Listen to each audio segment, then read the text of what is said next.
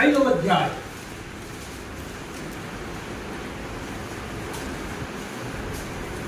గలతీ 5వ అధ్యాయము 8వ వచనాన్ని ఎవరైనా చదివి వినిపించినట్లయితే మనం ప్రార్థన చేసుకొని ఈ వాక్య కాంతిలోనికి మన ప్రయాణం సాగింది. ఈ ప్రేరేపణ నువ్వు పిలుచుతున్న వాని వలన కలగలేదు, చూసినప్పుడు కొంచెం చాలా ప్రార్థన చేసుకుని చిన్న మాట ప్రార్థన. సర్వలోకనాథ సర్వేశ్వర, మానవ మెదస్సు అందని అగోచరుడా, అత్యున్నతుడా, నిన్ను ఎంత గొప్ప ఉన్నతమైన పలుకులతో పలుకుదామన్నా ఇంకా దానికంటే నువ్వు ఇంకా గొప్పవాడు అయిందా. అందుకే దేవదూతలకు నిన్ను ఎంత గొప్పగా పిలవాలో అర్థం కాక నీ ఉన్నతమైనటువంటి స్థితిని చూసి వాళ్ళు ఏది దొరకక పరిశుద్ధుడు పరిశుద్ధుడు పరిశుద్ధుడు అనే ఒకటే పదం పట్టుకొని స్థుతిస్తున్నారయ్యా. ఇక పరిశుద్ధుడు అంటే నీకంటే మంచివాడు లేడు, నీకంటే గొప్పది లేదు, నీకు సాటి ఏది రాదు, నీతో ఏది తూగదు. కనుక నీవే గొప్పవాడని మమ్మల్ని ఏలుతున్న మా ఏలినవాడ, నీ పాదములకు ఈ మధ్యాహ్నకాల సమయంలో మా శిరస్సు వంచి మేము ప్రార్థిస్తున్నాం. ఇక్కడ వచ్చిన సేవకులందరూ కూడా నీ పిల్లలు. ఇక్కడ నీ సిద్ధము చొప్పున ఈ కొత్తిమీరలో ఈ దినమున ఈ కుడిక జరగాలని నువ్వు అనాది సంకల్పంలో సంకల్పించింది జరుగుతుంది. కానీ ఇక్కడ ఏ నరుని మెదస్సు కానీ జ్ఞానము కానీ ఎవరి కోర్సు కానీ ఎవరి యొక్క ప్రయత్నము కానీ కాదు తండ్రి. ఇది నాకు అర్థమైంది ఇక్కడ కూర్చున్నప్పుడే. ఇది నీ సిద్ధమే ఈరోజు కోరిక. ఇది ప్రారంభము 2024వ సంవత్సరంలో మొదటి నెలలో ఈ యొక్క ఫెలోషిప్ మీటింగ్ ప్రారంభమైంది. మరి ఇక్కడ నుండి మమ్మల్ని ఎక్కడ తీసుకెళ్ళిపోతుంది, ఏం జరగబోతుంది ఈ ప్రార్థనలో? ఇక్కడ కూర్చొని మేము ప్రపంచమంతటి కొరకు ప్రార్థించాము తండ్రి. ప్రపంచమంతటా నీ సిద్ధం నెరవేరా. ప్రపంచమంతటా దుష్టశక్తులను తొక్కుటకు ఓడించుటకు ఈ ఫెలోషిప్ ఈ సేవకులను వాడుకుంటున్నావా నువ్వు? ఒక్క రూపాయి ఖర్చు పెట్టి ఛార్జ్ పెట్టకుండా ఇక్కడే కూర్చొని భూప్రపంచం అంతా తిరిగి వచ్చావు. ఇద్దరు అందరి కొరకు ప్రార్థించాం. అట్టి నీ ప్రణాళిక నెరవేరును గాక తండ్రి. ఇదిగో నీ దాసుని మనవి చేసి నీ చల్లని స్వరం నెమ్మదిగా చిన్న గొర్రె పిల్లలమైన మాకు వినిపించి సేవకులు అయిన మమ్మల్ని ఎంతో దుఃఖముతో బాధతో ఉంటాం చెప్పుకొని ఈ బరువైన గుండెని అలకగా చేయకండి. అందరినీ బలపరచు ఈ మాట ద్వారా సహాయము చేయమని మా రక్షకులతో వేస్తున్నామని అడుగుతున్నాను. స్నేహితులరా, గలతీ పత్రిక పౌలు గారు భక్తగ్రేశ్వరుడు, మహర్షి, మహాజ్ఞాని, చదువుకున్నవాడు, ఆషామాషి వ్యక్తి కాదండి. పౌలు చాలా గొప్ప జ్ఞాని. పాత నిబంధనలో అంత పవర్ఫుల్ మ్యాన్ దావీదే కనబడతాడు, కొత్త నిబంధనలో పౌలే కనబడతాడు నేను అనుకుంటున్నాను. గలతీయ సంఘానికి ఒక ప్రేరేపణ వచ్చింది. ఈ ధర్మశాస్త్రం గురించిన సున్నతి గురించిన వివాహం అంటే యేసు ప్రభు నమ్ముకున్నాక కొంతకాలం అయినాక ఆ సంఘము సున్నతి చేయాలండి, సున్నతి కూడా కంటిన్యూషన్ చేయాలి, పౌలు కూడా దానికి సపోర్ట్ చేస్తుందంటే కొంతమంది ఆలోచన పుట్టింది సంఘంలో. అది ఆ పెద్దయ్య గారికి తెలిసింది, పౌలయ్య గారు. అప్పుడు రాస్తున్నాడు ఎవరికి? గలతీయులకు. ఎవరికి? గలతీయులకు పత్రిక రాస్తూ ఎన్నో అత్యున్నతమైన మర్మములు పలికాడు అందులో. నేను అవన్నీ చెప్పుటకు మన జీవితం జరిపోదు. నేను ఒక్క మాట చదివాను దాని గురించి. ఓ అవివేకులైనటువంటి గలతీయులా, మీకు ఈ ఆలోచన ఎట్లా పుట్టింది? నేను సున్నతి కార్యక్రమాన్ని సపోర్ట్ చేస్తున్నాను ఎవరు చెప్పాడు మీకు? మీరు మొదట భక్తి ఆత్మానుసారంగా ఆరంభించి శరీరానుసారంగా ముగింతురా ఏమి? అయితే మీకు వచ్చిన ఈ ప్రేరేపణ మిమ్ములను పిలిచిన వారి వలన కలగలేదు. గలతీయులను ఎవరు పిలిచారు? మనందరిని ఎవరు పిలిచారు? మన ప్రభు అయిన యేసు కదండి. అంటే మనకు కొన్ని ఆలోచనలు వస్తాయి, అవి దేవుడు మనల్ని పిలిచిన దేవుని వలన వచ్చేటివి కావు. ఈ మాటలు ఇక్కడ చెప్పుకొచ్చేస్తాం.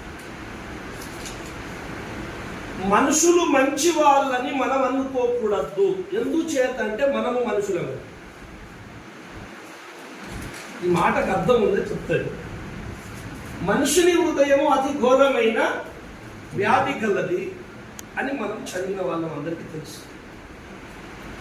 మనిషి తలకాయలో, మనిషి ఆలోచన కేంద్రములో పుట్టే ప్రతి ఆలోచన దేవునిది కాదు.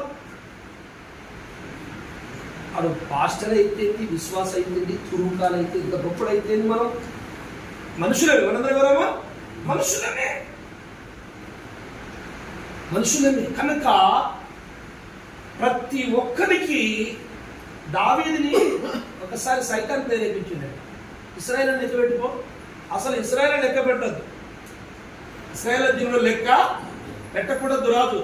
అది దేవుని ఆజ్ఞ కాదు. ఈయన పెట్టేసి సాధారణ సంహార దూత దిగాడు. మళ్ళీ తండ్రి నేనే తప్పు చేసిన వాళ్ళు వేయలేదు కదా సాగిలా పడ్డారు. బతికా. సరే, ఆ సంగతి తప్పు. మనిషికి పుడుతున్న ప్రతి ఆలోచన దేవుని శాసనాలు కావు.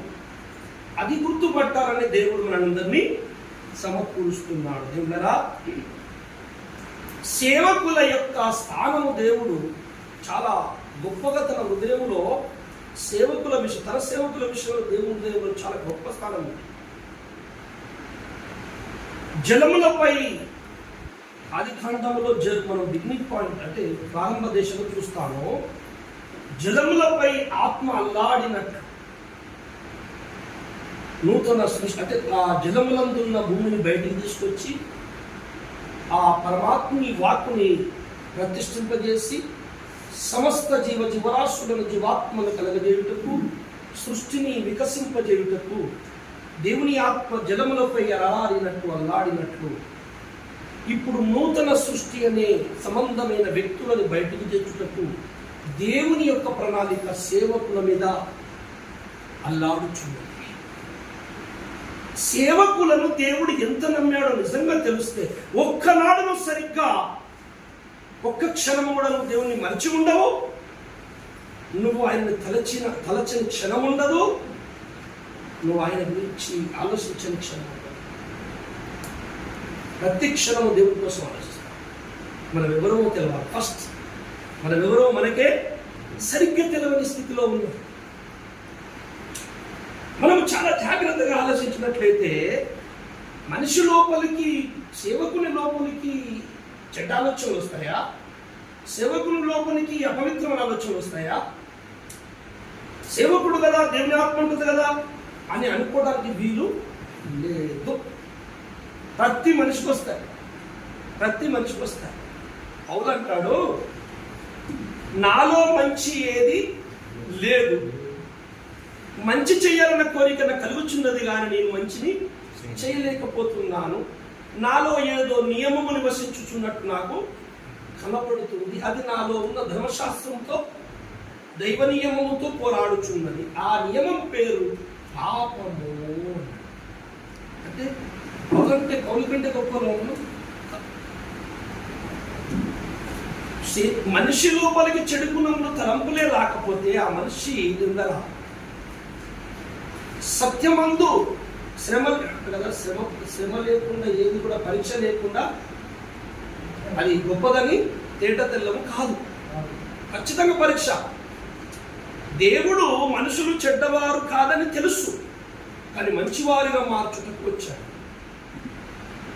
మంచివారిగా మార్చే ఈ పనిలో దేవుడు ఒక్కటే ఒక విషయం చెప్తున్నాడు. ఏంటంటే మీకు సాతాను నుండి ఒత్తిడి వస్తుంది, కానీ మీరు వాటిని నా శక్తి చేత జయించాలి. ఎవరి శక్తి చేత? ఒకసారి యేసు ప్రభువు వారు అంటారు, మీరు ఒక స్త్రీని మోహపు చూపుతో చూసిన వెంటనే అదే క్షణంలో మీరు నిశ్చయముగా ఆమెతో పాపము చేసిన వారు. చూసారా? ఒక్క మాట ఈ లెక్కను ఆలోచిస్తే మరి పౌలు ఏమన్నాడు? నా లోపల మంచి చేయాలన్న కోరిక ఉన్నను చేయలేకపోతున్నాను అంటున్నాడు. అంటే ఈయనకు ఆ తలంపులు వచ్చినాయి కదా, మరి రక్షింపబడతాడు రకమవుతాడా? మరి యేసు ప్రభు చెప్పింది నమ్ముదామా, పౌలు చెప్పింది నమ్ముదామా? అది ఈ రెండింటి మధ్యలో చిన్న కిటుకున్నది. ఆ కిటుకు మనకు అర్థమైతే రోజు సాతానుని అధికారికం చేసి తొక్కేస్తాం. ఈ సెల్లులోకి యూట్యూబ్ ఛానల్ ఓపెన్ చేస్తే అన్నీ వస్తాయి కదా, అన్ని బూతు బొమ్మలు, ఆశీల బొమ్మలు, అది అన్నీ వస్తాయి. నువ్వు ఏది వస్తుంటే ఆ ప్రోగ్రాము, ఆ వీడియోస్ చాలా నువ్వు ఎవడు వస్తుంటావు? నీకు కావాల్సిన వద్దు. సెల్లు మంచిదే, ఈరోజు టెక్నాలజీ ప్రకారంగా మనం చాలా ఉపయోగపడుతుంది, మంచిదే.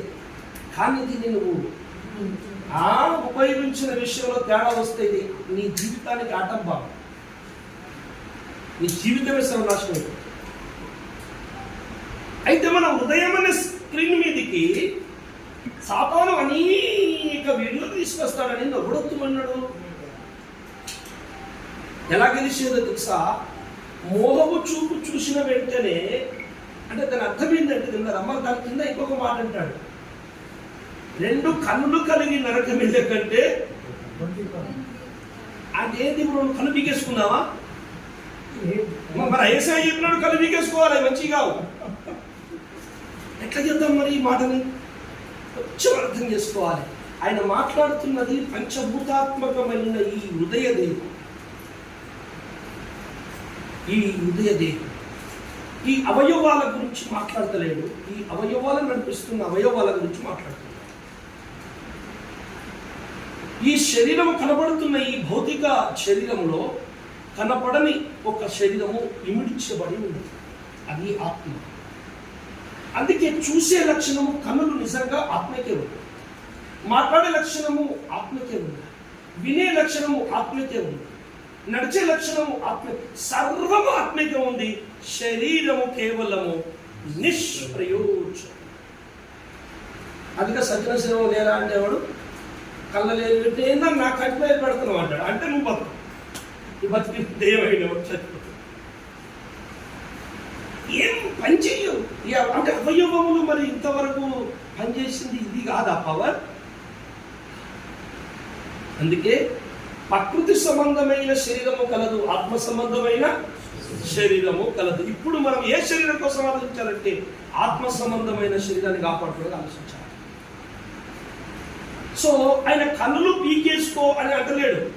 ఆ కన్ను లోపల ఒక కన్ను ఉన్నది, దాన్ని మూసేసుకో. సకల వికృత గుణాలు, మానవుని లోపల పుట్టే సకల వికృత గుణాలకు సత్యమే దివ్య ఔషధం. ఆ సత్యమును నేను యేసు పలికాడు.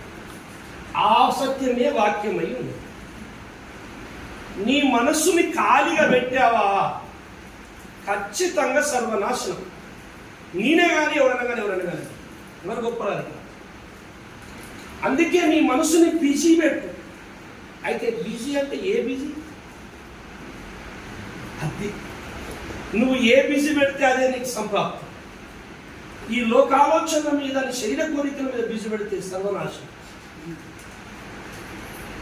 వాక్యము మీద, దైవ కార్యాల మీద, పని మీద నీ మనసును పెడితే వాడు విసురుతున్న ఏ బాణము నీ లోపల నాటబడదు, ఫలించదు. మొంతమలో వస్తుంది ఆలోచన, వేస్తున్నామన్న పోతలకి ఒత్తిడి వచ్చింది, కోపం వచ్చింది, సంఘంలో నేను హింస పెట్టారు, కొంతమంది అన్యాయంగా ఇచ్చారు.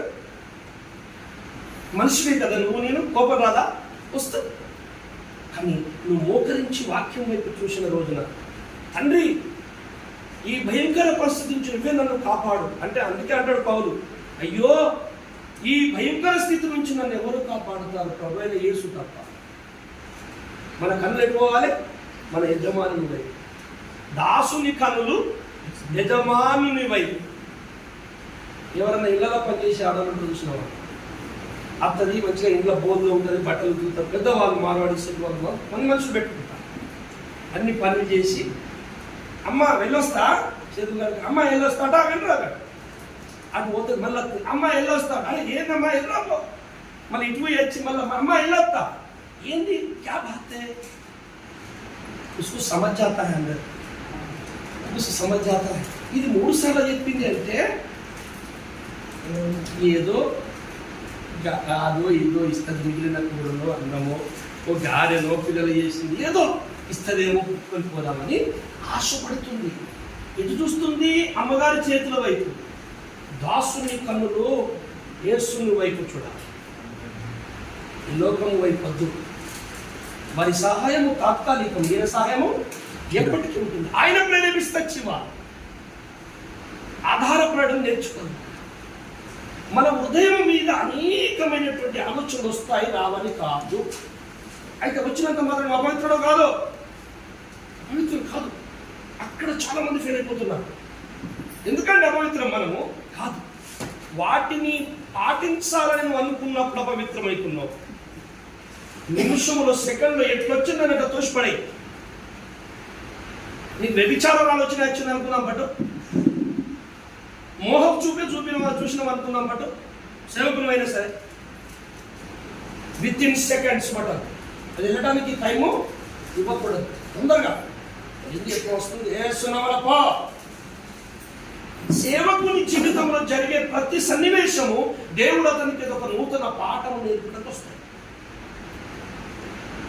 మనం బజార్కి వెళ్తాం, ఇవాళ బట్టల దుకాణంలో పెద్ద పెద్ద బొమ్మలు పెట్టి సీరియల్ కడతాం. ఆడవాళ్ళందరూ ఈ సీరియల్ ఆకృతి మంచిగా మన చూసుకుంటా పోతారు. కానీ సేవకుడు ఏం చూస్తారు తెలుసా? వీళ్ళందరూ ఈ సీరియల్ చదువుతా, వీళ్ళకి ఈ బొమ్మలు చూస్తే ఎవరిపిస్తుంది కావచ్చు అని వీడు చూస్తారు. వీళ్ళు అనుకుంటారు పాస్టర్ కూడా బాగాలేదు అని వీళ్ళు అనుకుంటారు. కానీ పాస్టర్ ఏమనుకుంటుండే, ఈ బొమ్మలు చూసి ఇంత ఆకర్షింపబడుతుంది ఏముంది, నేను ప్రసంగాలు చెప్పాలి కదా, వాళ్ళని ఎట్లా ట్రాక్ చేసి వీళ్ళ మాయ నుంచి బయట తేవాలని ఇతడు ఆలోచిస్తున్నాడు. ఇతని మనసు ఎక్కడ ఉంది, వాళ్ళ మనసు ఎక్కడ ఉంది? ఇద్దరు సేమ్ ఒకవైపు చూస్తున్నారు, కానీ ఇద్దరి ఆలోచనలు ఒక్క సంఘటన 2 పాఠాలు నేర్పుతారు. ఒక తండ్రికి 2 కొడుకులు ఉన్నారట. ఆ తండ్రి బాగా తాగిపోతాడు. తాగి తాగి తాగి తాగి ఆ దొంగలు ఆ జైలు కూడా వేయచ్చు సార్. చిన్న పిల్లలప్పటి నుంచి ఆ పిల్లలు హింస పొందడము, ఆ తాగిస్తే తల్లి పిల్లలు పట్టుకుని బయటకు వెళ్ళడము, కొట్టడము, అలా పెరిగారు. వాడు చచ్చిపోయింది. ఈ 2 కొడుకులలో ఒకడు మంచి బుద్ధివంతుడై ఒక పని చేసుకుంటూ వ్యాపారం, 4 సహాయం చేసుకుంటూ బతుకుతున్నాడట. ఒకడేమో సేమ్ తండ్రిలాగా తాగిపోతాడు. ఒక వ్యక్తి వెళ్ళి ఈ తాగిపోతున్న దగ్గర పోయి, నాయన తాగిపోతా అవడానికి ఇంత చెడిపోవడానికి కారణం ఏమంటే మా నాన్నగారు అండి, చిన్నప్పటి నుంచి మా కుటుంబ పరిస్థితి, మా నాన్న తాగి మాకు ఆయన చూసి నేను అని తండ్రి మీద దొబ్బేశారు. చెడు తమ్ముడు దగ్గర వెళ్ళి, బాబు నువ్వు ఇంత మంచుని ఎలా అయ్యావంటే మా నాన్నగారేనండి, మా నాన్న చూసి మంచుడు. అరే ఇదేంటి, చెడిపోయినాడు అదే మాట చెప్తున్నాడు, మంచుడు ఇదే మాట చెప్తున్నాడు, నువ్వెట్లా మంచుని వేరేవా, మీ నాన్న తాగిపోతు కదా అని అంటే, అయ్యా ఆ మా నాన్నగారి సిచ్యువేషన్, ఆ తన్నులు తినుడు, తాగుడు, రోడ్ల మీద వాడు, అవమానాల పాలవుడు, జైలుకి వెళ్ళడం ఇవన్నీ చూసి బతుకుతే మా నాన్న యొక్క బతకాలి కానీ ఇంకొకటి బతకాలి కానీ తీర్మానం చేసుకుని నాకు కుదిరడానికి మా నాన్న కాదు, వాడు ఎదుర్కోవడానికి మా నాన్న కాదు. అంటే ఒకటే వ్యక్తి వేరు పాఠాలు. నువ్వు ఏది కోరుకుంటే అదే సంప్రాప్తి. సేవకుని హృదయము దేవుని క్రీస్తునందు విశాలమైపోవాలి. మొట్టమొదట విశాలం కావాలి.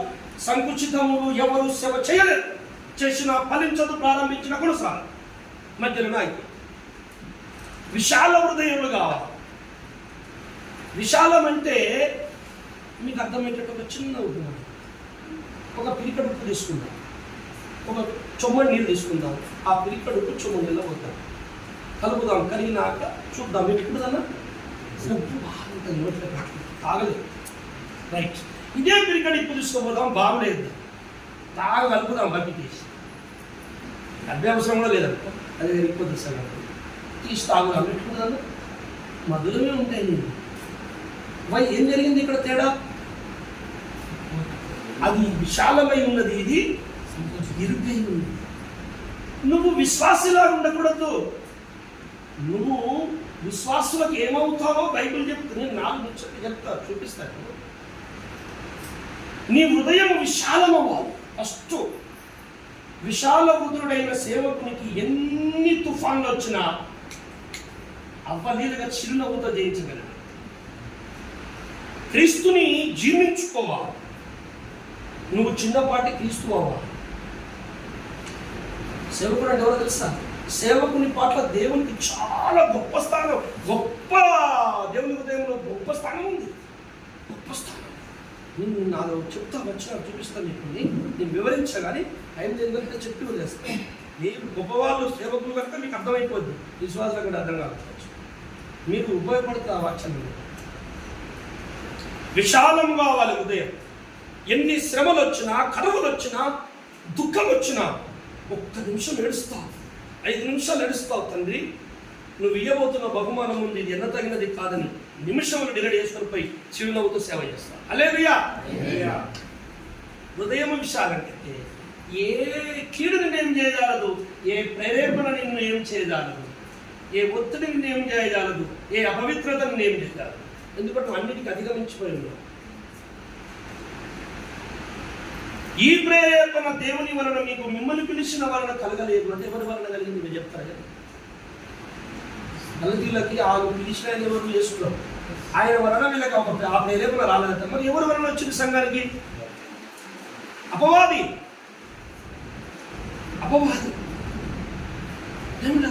విశాల హృదయంలో మనం ఎంత విశాల హృదయంగా క్రీస్తు ముందు మనం అవ్వకపోతే, తొందరగా అవ్వకపోతే చాలా ప్రమాదాలు ఎదుర్కోవాలి.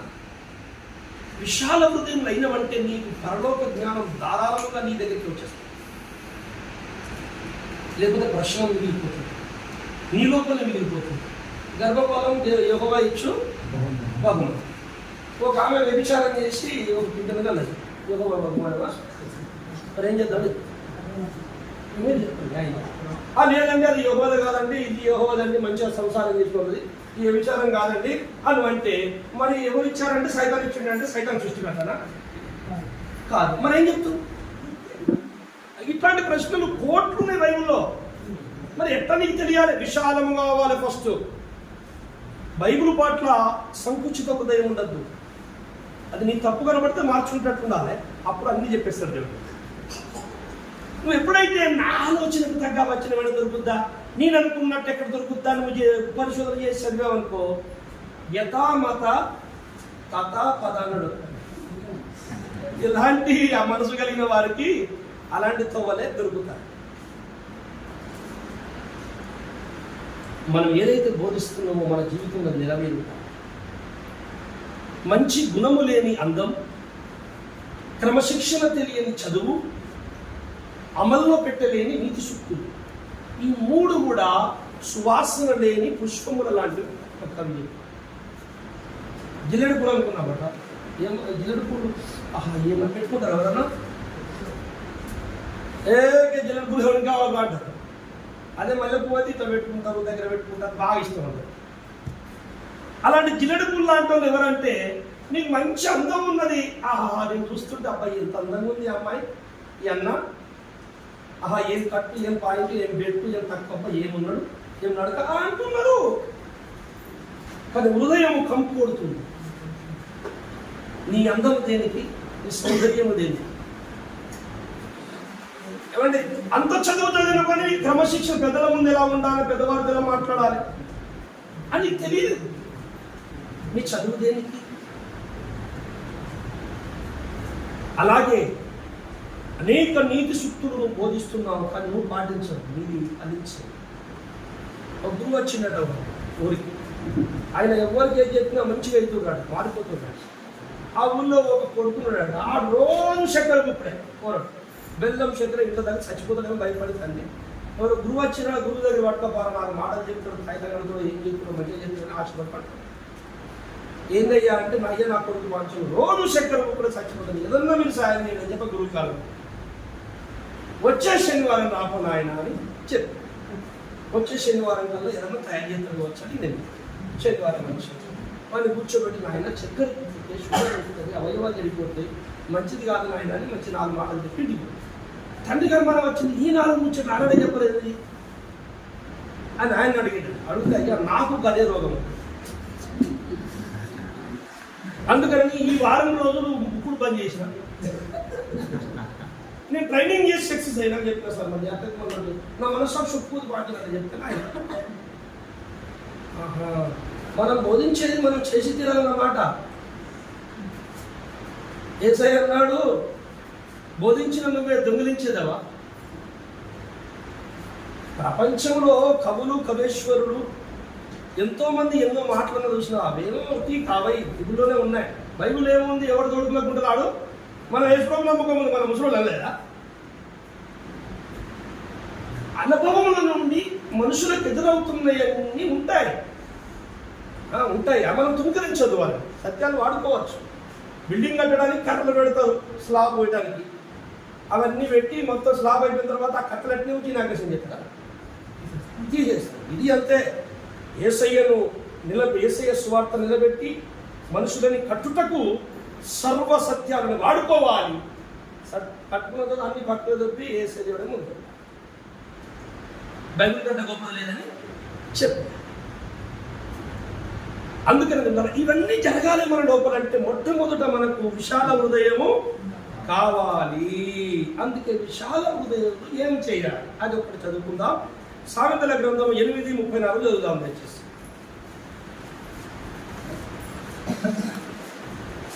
సామెతలు 8:34. అనుదినము నా గడప యుద్ధ కనిపెట్టుకొని నా ద్వార బంధముల యుద్ధ కాచుకొని నా ఉపదేశము వినువారు ధన్యులు. ఆమేన్. దేవునికి స్తోత్రము కలుగునగా. అక్కడే ఉన్నారా? కనిపెట్టుకొనుట నేర్చుకోవాలి. విశాల హృదయాలు కావాలంటే మొదట ఏం చేయాలండి? కనిపెట్టడం అందరి వాళ్ళక. ఒకసారి ఏదో జరిగింది, అమ్మ అట్లా కాదమ్మా, నా మాటలు అర్థం చేసుకున్నాను. ఆయన తొందరపడితే అనార్థాలు అవుతాయి. ఆగమ్మా నువ్వుటి మనం లేట్ చేస్తే అక్కడ మొత్తం కూలిపోతుంది. అక్కడ వాళ్ళు ఒప్పుకుంటారు. వాళ్ళు మనం ఏమనుకుంటారు? చదవగలని అనుకోరు. లేదు టైం వేసి ముందు అక్కడ ఏది అడుగుతామంటారు. కనిపెట్టుకునే సిస్టమ్ ఇది కాదు. యుద్ధం మీరు చేయకండి, దేవుని వదిలిపెట్టండి. నేను చూసుకుంటాను. ఏమో సారే ఆ దేవుడు వచ్చేది చూసుకుని ముందు మనం యుద్ధం చేద్దాం, తర్వాత వేసుకోవడం చెప్తాం. నువ్వు చేసినట్టుగా నువ్వు కూడా మాకు సాయం చేయాలి. అట్లా చేయడు. ఆయన మానేస్తాడు యుద్ధం చేయడు. మనం మానేస్తే ఆయన చేస్తాడు. కనిపెట్టుకుంటా ఆయన కడప యుద్ధ దేవుని యొక్క సందేశాన్ని. యెహోవా కట్టించని ఇల్లు కట్టువారి ప్రయాసము వ్యర్థం. మరి దేవుడు కట్టకపోతే ఇల్లు కట్టుకుని ప్రయాసం వ్యర్థం కదా. మరి ప్రపంచంలో 12 అంతస్తులు 20 అంతస్తులు అన్నిలో కట్టుకుంటారు కదా. అంతా యెహోవా వేసినట్టు అయ్యి లేకుండా చెప్తారు సార్. మరి ఏ ఇల్లు అది అంటే ఆ ఇల్లు తెలవాలి. మరి ఏం చేద్దాం సార్? కనిపెట్టుకో. సర్వ విశ్వ చక్రవర్తి సర్వోన్నతుడు నీ దగ్గరికి వస్తాడు. మంచం కాడికి వచ్చి నీ జ్ఞానం నేర్పుతాడు. ఈ భూమి మీద ఉన్న జ్ఞానం కూడా నీ ముందు పరిగి అంత గొప్పది. బైబుల్ ఇచ్చింది, నీకు చదువు వచ్చింది, అక్షరం అర్థమవుతుంది. ప్రార్థించు, చదువు, గొప్ప గొప్ప సంగతులు నీ హృదయానికి గోచరింపజేస్తాడు యేసయ్య. ఆమేన్. యేసయ్య చెప్పడు అనకండి. కొన్ని మనము మనకంటే గొప్ప వాళ్ళైన భక్తుల దగ్గర, పాదాల దగ్గర, అదే పౌలు గమాలియల్ పాదాల దగ్గర నేర్చుకోలేదండి. మనం వీళ్ళ పాదాలు నేర్చుకుంటే తప్పే ఉంది. ఈయన పాదాలు కానీ నా నెత్తి మీద నా మనసులో ఉన్న తాట వచ్చింది చెప్పేస్తున్నా. చెప్పాలా? నేను వేసుకొని అనుకున్న కొత్తలో నా కొడుకు నా ముగ్గురు ఆడకుండా కొడుకున్నాను. ఈ రక్తం నాకు చదువు ఈ పొక్కలు కూడా పోయి భూమి లేదు. నా సాక్ష్యం ఉన్నది విస్తర్ తీసుకోండి. పరమాత్ముడు దర్శించాడు. ఆ పాస్టర్ని ఎలా చూసుకుంటే నేను సాక్షాత్తం యేసు ప్రభుల వారు ఏమంటామని నా భార్యను సాక్షాత్తం యేసు ప్రభుల వారే ఈయన లోపల ఉన్నాడని. మా ఇంటికి పాస్టర్ వస్తే భార్య అయ్యగారిని కూర్చోబెట్టి ఆ పల్లెం పెట్టి ఇద్దరు చూపిస్తా. అప్పుడు కూడా ఆ పాస్టర్ ఎక్కడ ఉన్నాయి. చెప్పండి ఏ మనస్తత్వం ఉంది కావచ్చు నాకు? దైవజనులను చిన్న వేయద్దు. దేవుడు చెబుతుంది అలాంటి వచనాలు ఇస్తాను. అందుకన్నా దేవుని యొక్క ప్రణాళిక దైవ సేవకుని మీద అల్లాడుచున్నది, నెరవేర్చుటకు ఒత్తిడి చేస్తున్నది. ఆ ప్రేమ బలము చేస్తుంది. కొంతమంది పట్టించుకోక దుర్కొని పోతున్నారు, కొంతమంది పట్టుకొని తన్ను దిన వేసేయడం. అంత దీనమనసాగి నాది ఇప్పుడు కూడా. ఆ యేసయ్య నీ లోపల ఉన్నట్టు నాకు మనసుకు రావాలి, కానీ ఇప్పుడు కూడా నేను కాలగలిగితే అంత మనసు ఉందా? నాకు ఈగో లేదు, పోగలేదు, ఏం చేస్తావో ఉంచుకొని ఏది లేదు నాకు. నేను చినిపోయి అంగేసుకుని వచ్చినా నాకు పవర్ తగ్గదు. ఏమి లేని ఇస్తారా కన్నా ఈ అడంబరాలు ఎవరికి అవసరం అంటే లోపల పసలేదు. किसको जरूरत है भाई? अंदर में कुछ नहीं है मसाला और क्या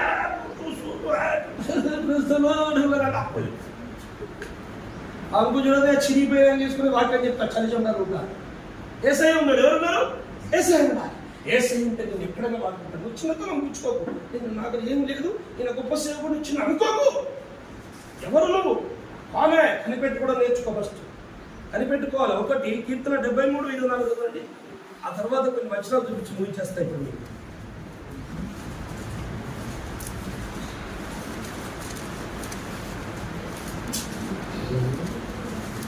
కీర్తన 73:24. ఆలోచన చేత నన్ను నడిపించేదవు. దేవునికి స్తుతి కలుగును గాక. నీ ఆలోచన చేత నన్ను నడిపించేదవు. తరువాత మహిమలో నీవు నన్ను చేర్చుకుందు. చెప్పలేదు.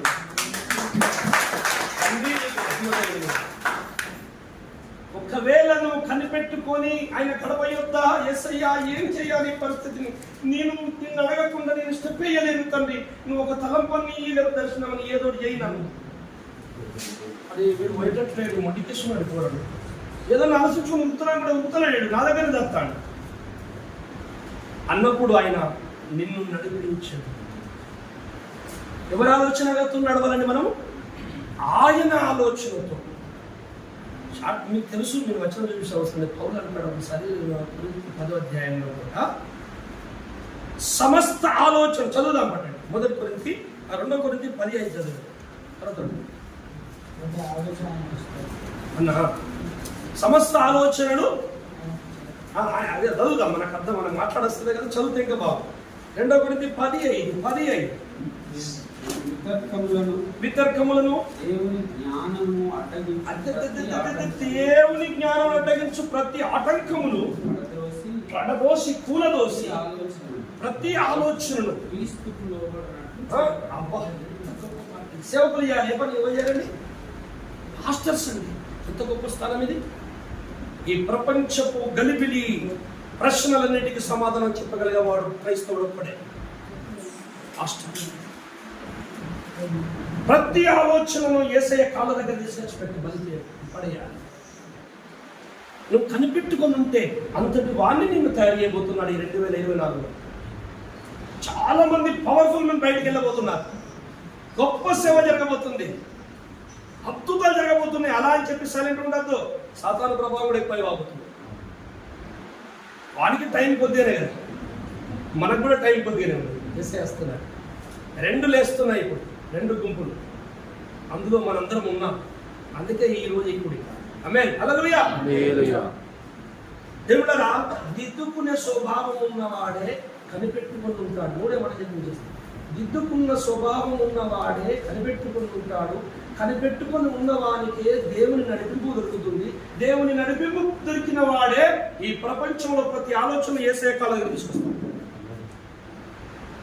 ఆ మాట నేనంటే మనం ఇందులో ఉంది. కీర్తన 50వ కీర్తన 16వ వచనం చదివిస్తే 50వ కీర్తన 16వ వచనం. భక్తిహీనులతో దేవుడు నా కట్టడను వివరించుటకు నీకేం పని? నా నిబంధన నీ నోట వచించుటకు వచించదేవి. నీవు నా మాటలను నీ వెనుకకు త్రోసివేయదు. ఏంటంట? దిద్దుబాటు. ఆ వ్యక్తికి దిద్దుబాటు అసహ్యమట. దిద్దుకోవడం ఇష్టము లేదట. కనుక దిద్దుకోని సేవకుడా, దిద్దుకోని విశ్వాసి, దిద్దుకోని క్రైస్తవుడా, నీ నోట నా మాట మాట్లాడే అధికారం నీకు మరి ఎవరికి ఉంది? యేసయ్య మాట మాట్లాడే అధికారము. దిద్దుకునే స్వభావం. దిద్దుకున్నవాడు ఏమవుతాడు? కనిపెట్టుకుని ఉంటాడు. కనిపెట్టుకున్నవాడు ఏమవుతాడు? ఆయన దగ్గర నుంచి నడిపింపు తీసుకుంటాడు. నడిపింపు ప్రకారంగా ప్రపంచాల్లో ప్రతి ఆలోచన యేసయ్యకు లోపడుతుంది. సేవకుల పైన గొప్ప ప్రణాళిక దేవుడు ఇవ్వబోతున్నాడు. కొన్ని వచనాలు నేను టక్కటక్క నేను చూపించేస్తాను. ఎబ్రీ రాసిన పత్రిక ఎంత తెలుసు? 13-17 ఏమున్నది? మీ పైన నాయకులకు మీరు లోపల సంఘంలో కూడా మీకు ఉపయోగపడాలి. ఈ మాట మనకు ఇప్పుడు ఈ వచనాలన్నీ తెలవాలి. కొన్ని మీ పైన నాయకులకు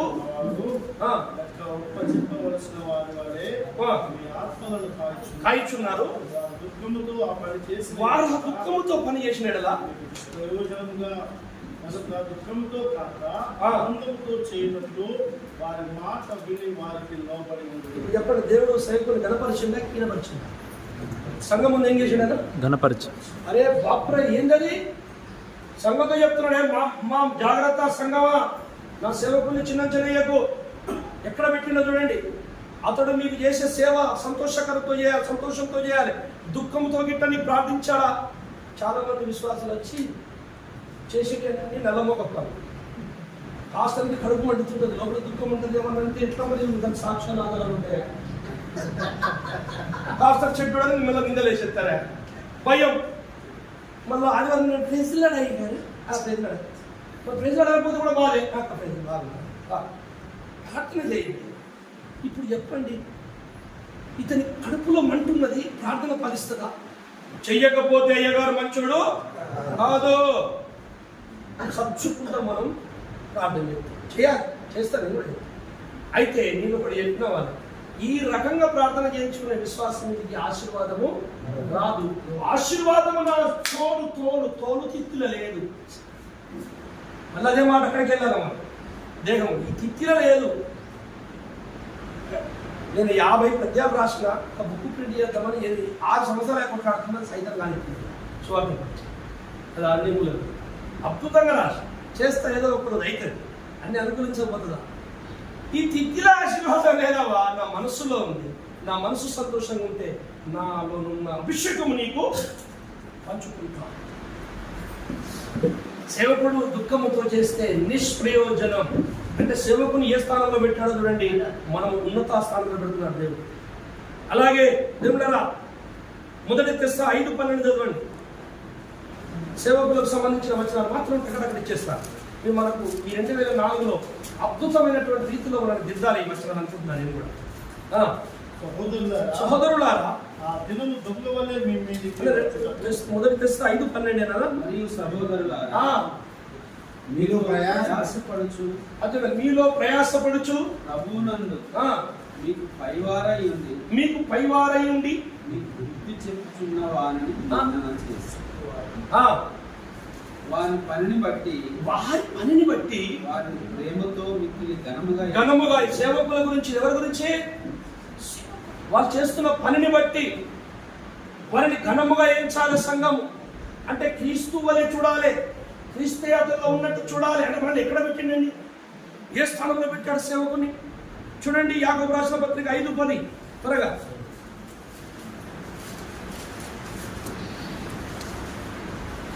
నా సహోదరులారా, ప్రభు నామమున బోధించిన ప్రవర్తనను శ్రమానుభవమునకు ఓపికకు మాదిరిగా పెట్టుకొని సహించిన వారిని ధన్యులను కొనుచున్నాము కదా.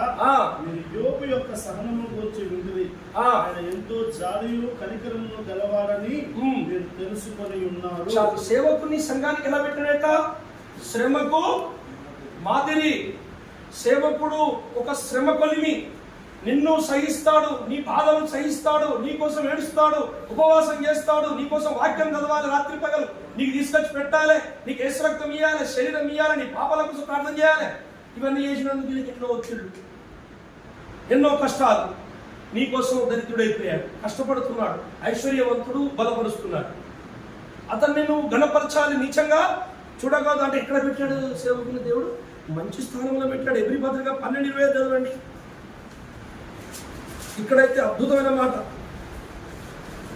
12:20 నిరాకరింపబడుతున్నట్లు వారు భూమి మీద నుండి బుద్ధి చెప్పిన వారిని నిరాకరించినప్పుడు జాగ్రత్త, భూమి మీద మీకు బుద్ధి చెప్పుతున్న వారిని నిరాకరించినట్లయితే పోయినలా పరలోకము నుండి బుద్ధి చెప్పుచున్న వాణిని విసర్జించు మనము తప్పించుకొని పోవుట మరి నిశ్చయం కదా. జాగ్రత్త వినండి సంగమా, పాస్టర్ గారు భూమి మీద నీకు చెప్పే బుద్ధి చెప్పేటోడు, ఇతన్ని నిరాకరించకూడదు, ఇతన్ని నిరాకరించి ఇతని నుండి నువ్వు తప్పించుకోలేవు అంటే ఎక్కడ పెట్టింది? ఈయన దగ్గర ఎక్కువ దేశాలైతే మూట కట్టి మెడలేసి పంపిస్తాడు. అన్నీ తెలుసు పాస్టర్, ఇతని పాపం ఏం మాట్లాడాలి, బతకాలి పిల్లలు బయట పెడితే ఇంకా చించడం అయిపోతారే. అమ్మ జాగ్రత్తగా ప్రార్థన చేసుకో తల్లి అని మళ్ళీ నువ్వు కడుపులో పెట్టుకొని పంపిస్తాడు. కనుక నువ్వు ఆయనే తప్పించుకోలేవు. అక్కడ నుంచి బుద్ధి చెప్పడం తప్పించుకుంటావా అంటే ఇప్పుడు అక్కడైన తర్వాత సెకండ్ లెవెల్ భూమి మీద ఈ పటేలే పాస్టర్ పటేల్ చిన్నంచనే వేస్తున్నారు. దేవుళ్ళరా 13వ అధ్యాయం 7వ వచనం చదవండి. అదే ఎబ్రీ రాసిన పత్రిక 13:7. మీకు దేవుని వాక్యం బోధించి మీ పైన నాయకులుగా ఉన్నవారిని జ్ఞాపకం చేసుకొని ప్రవర్తన ఫలమును శ్రద్ధగా పంచుకొనుచు విశ్వాసమును అనుసరించుడి. చాలు, మీకు బోధిస్తున్న వానికి శ్రమ ఫలితం ఒకటి మీ నుండి రావాలి. మందగాయవాడు ఆయనకి ఇచ్చేదే గీయాలి. కించపరిచినట్టుగా ఎక్కించి బిచ్చం ఇచ్చినట్టు ఇయ్యద్దు పాస్టర్కి. ముందుగా ఎంగి చేయక ముందు పాస్టర్కి ఇచ్చి నువ్వు ఎంగి చేయాలి. నువ్వు అంతా తిని అన్ని కట్టుకొని ఎంత చూస్తావు లేకపోతే లేదటువంటి బిచ్చగాని చేసినావు. దేవుడు బిచ్చగాడా పాస్టరు? అంతకుముందు దయ్యాలు బట్టి నీకు ఇంట్లో ఈగలు కొట్లాడుకుంటే కుండల బియ్యం లేనప్పుడు వచ్చినావు కదా. ఫస్ట్ 2 గిన్నెలు 2 గ్లాసులు పట్టుకుంటావు. ప్రార్థన చేయగానే ఒక 5-6 ఏళ్ళు 3 ఏళ్ళు గడవగానే ఫ్రిడ్జీలు కులం నచ్చి అంత కలకల అయిపోయింది కదా. మరి ఏమా ఈగలు కొట్టుకునే బాబు మన పాస్టర్ అట్లనే ఉన్నాడు బాబు. పాస్టర్ ఏం కాదు, నువ్వు గడే బసమాంసగా అవుతాడు. పాస్టర్ని ఏ స్థానంలో పెట్టిండో ముఖ్యం ఒక మాట నాకు గుర్తొస్తుంది. ఆలోచన దినవృత్తాంతాల గ్రంథం 20వ అధ్యాయము 20వ వచనం ఒకసారి చదవండి. గొప్ప మాట. యెహోషాపాతు నిలబడి యెరూషలేము కాపురస్తులారా, నా మాట వినుడి. మీ దేవుడైన యెహోవాను నమ్ముకొనుడి. అప్పుడు మీరు స్థిరపరచబడుదురు. ఆయన ప్రవక్తలను నమ్ముకోండి. అప్పుడు మీరు కృతార్థులు అవుతారు. ఏమంటే ఇప్పుడు దేవుణ్ణి యెహోవాను నమ్ముదామా, యేసే ప్రవక్తని పాస్టర్ నమ్ముదామా? పాస్టర్ని నమ్ముదామా, దేవుణ్ణి నమ్ముదామా అంటే పాపం అడిగితే ఏం చెప్తారు కింద? దేవుని నమ్ముకోవాలండి, అదే నమ్ముకోవాలి. మరి ఇక్కడేముంది? ఇద్దరిని నమ్మాలి. భూమి మీద కనపడుతున్న యేసే నీకు పాస్టర్, కనపడుతున్న నీ సోదరుని నమ్మని వాడా, కనపడని దేవుని నమ్ముతున్న యాక్టింగ్ డ్రామా చేస్తున్నావా? డ్రామా కర్రగతం ఎక్కడ పెట్టిండండి సేవకుని దేవుడు? నేను నెక్స్ట్ భూమి మీద నువ్వేరే నా కొడుక. అయ్యో ఉత్తరానికి సొల్లు కార్చుకుంటాం ఏమరా? ఇట్లా మేరా పాసా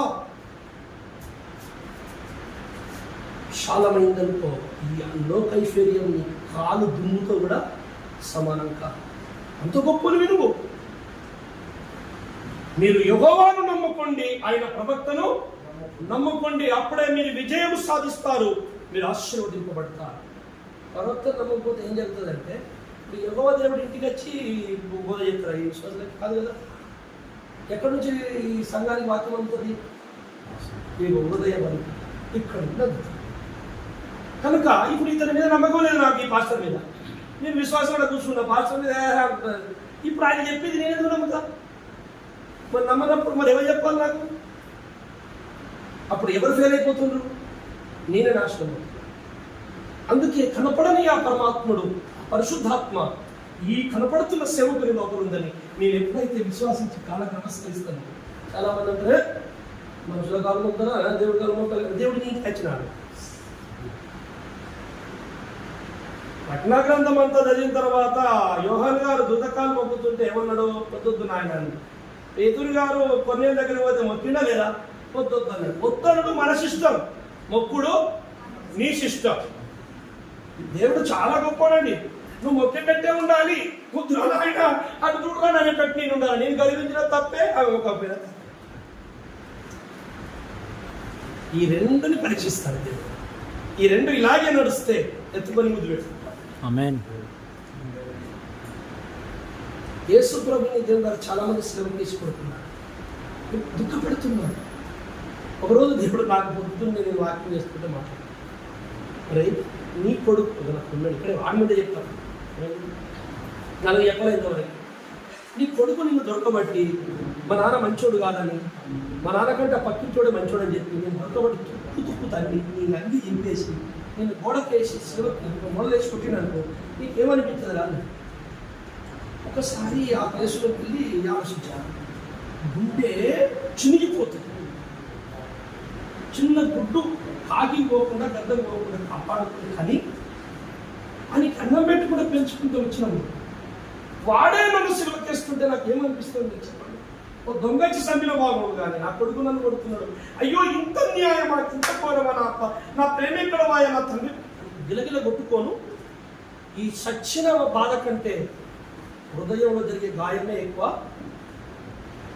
ఈపు మీద దెబ్బల కంటే, శరీరం మీద పడే దెబ్బల కంటే గుండెల పడే దెబ్బలే భయంకరం.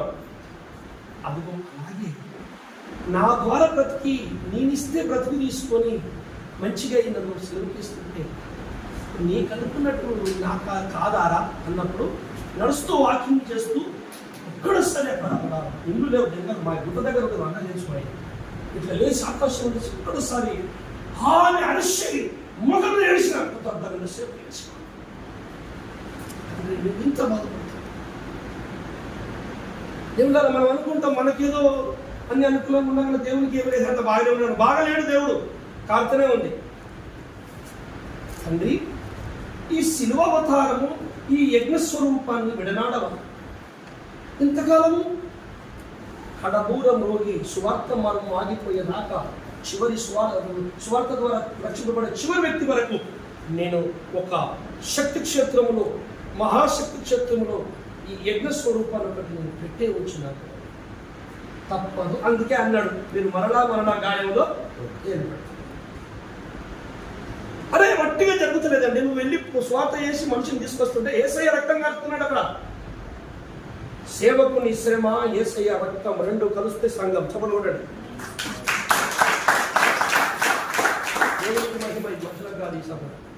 సేవకుని శ్రమ, యేసయ్య రక్తం, వీళ్ళిద్దరు కలిస్తే భూమి మీద దేవుని వధువు సంఘం. మిమ్మల్ని ఎక్కడ వస్తుందండి? దేవుని తర్వాత దేవుడు భూమి మీద. నా సేవకుని నమ్ముకోండి, భక్తుని నమ్ముకోండి, ఇద్దరు నమ్మాలే. నువ్వు ఆయన నమ్మి ఈయన నమ్మకమైన బాధే, ఈయన నమ్మి ఆయన నమ్మకమైన బాధ. మూడు సంఘమును మందను విడిచిన కాపరికి శ్రమ. ఇప్పుడు వచ్చిన గుర్తొస్తలేదు, చాలా చిన్నవాడు. ఆ మాట అయితే గుర్తుంటుంది. మందను విడిచిన కాపరికి శ్రమ అని అంతే ఉందట. నేను చదివాను, మందన అంటే సంఘం కదా, సంఘాన్ని విడిచిన సేవకునికి శ్రమ. మరి విశ్వాసులకు మళ్ళీ ఆలోచించాను, ఓహో సేమ్ మందని విడిచిన సేవకునికి శ్రమ, సేవకుని విడిచిన మందకు శ్రమ అని మళ్ళీ నేను కొడతాయి. నువ్వు కనిపెడితే వీటి వస్తాయండి. గడపయంతో కనిపెట్టడం నేర్చుకో, అత్త దిగుద్ది ప్రత్యక్షత. ఇప్పుడు నాకైతే వాళ్ళు నేర్పలేదు ఈ మాట. సేవకుడు మందని విడవద్దు, మంద వీళ్ళిద్దరిని యేసయ్యుడు కేల్కతం. ఇక నుండి పంచాయతీలు లేవు, అంతా సమాధానాలే. నేను మీ మధ్యలో ఒక వచనాన్ని ఒక్కడి చదివి ముగిచేస్తాయి, అయిపోయింది. నేను ఎక్కువసేపు బోధించుకునేందుకు యాకోబు రాసిన పత్రిక 3:1 ఒకటే వచనం అయిపోయింది, మూసేస్తాను. అయిపోయింది.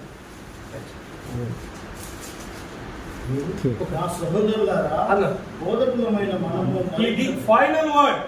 బోధకులమైన మనము మరి కఠినమైన తీర్పు పొందుదుమని తెలుసుకుని మీరు అందరూ బోధకులు కాదు. ఇది అసలు పని.